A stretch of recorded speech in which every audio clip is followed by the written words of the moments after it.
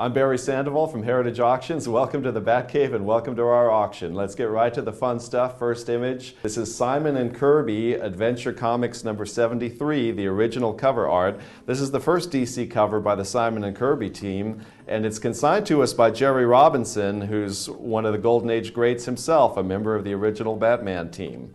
Now, not only do we have plenty of DC art, we also have plenty of EC art, and here's Johnny Craig's cover for Crime Suspense Stories number 12.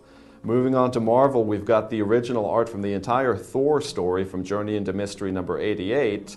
Of course, Thor first appeared in number 83, so you see what an early issue this is, and this is by Jack Kirby and Dick Ayers.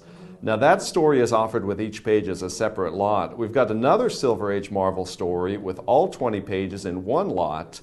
It's by Gene Colan, it's Daredevil number 77, and you get 20 pages of Daredevil, Spider-Man, and the Submariner with one bid. How about Carl Barks and the Sport of Tycoons? What better way to celebrate your success in business than by taking a nice dive into your very own money bin? That's what Scrooge is doing here. This is the last auction of the Kirby Confer collection of Carl Barks paintings, and you can see why this one was Kirby's very favorite Barks painting. Now moving into the 1970s, here's the first Marvel cover we've ever offered by the great Jim Steranko. There are not many Steranko covers out there, so take a good look at this one. Now if you grew up in the 80s like me, you remember the death of Phoenix in X-Men number 137. This is just the last page before Phoenix dies, so it's her last moments with Scott Summers. And if you shed a tear back then, I sure can't blame you, and maybe I did too. It packed quite an emotional punch, and it's John Byrne and Terry Austin on the art, of course. Now another one of the greats from that era was George Perez, and we've got a huge selection of original art by him, both DC and Marvel. This is an all-out battle cover from the New Teen Titans number 32. Frank Miller has been a regular in our signature auctions lately, and here's a page with Batman in action from The Dark Knight Returns number 4. I know some people don't like the friendly Batman as much and would rather see him kicking some butt. Well, that's what you got right here, and it's fantastic art by Miller. Moving on to the comic book section, we've got the last comics to be sold from the Edgar Church Mile High collection, which, as you probably know, is considered the greatest comic collection of all time. All eyes are going to be on Red Raven Comics number 1, which had the first signed work by Jack Kirby, and it's a book you just don't find in high grade.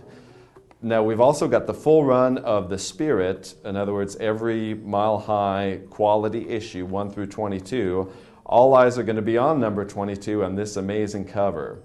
The character's named Skinny Bones, and she's supposedly based on Lauren Bacall. I just know she's hot. Detective Comics number 28 is, of course, the second appearance of Batman. Try finding this one in unrestored condition.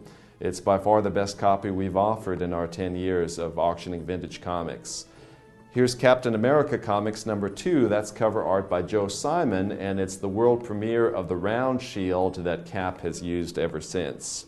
Staying with the Timelies, this is Marvel Mystery number 54 in 9.6. Now this is the only 9.6 that's Near Mint Plus that CGC has certified, not just of this issue, but any of the first 70 issues of Marvel Mystery. That should tell you how hard this series is to find in that grade. Next image is Fawcett Comics Wiz number 2. Gangway for Captain Marvel, that's his first appearance, and still one of the great Golden Age books. We've also got the highest graded copy of the first all-horror comic, and that's EERIE number 1, which you see right here. And getting back to Marvel, here's the best copy we've ever offered of Sergeant Fury number 1. Now this is a book that's much harder to find in high grade than other 1963 Marvels like Spider-Man 1 or X-Men 1. You can read the whole breakdown in the description, and this is a great copy. We've also got 3 copies of Playboy number 1, and here's the one that really blew us away out of that group. It's certified near mint, which is the nicest grade that CGC has certified to date.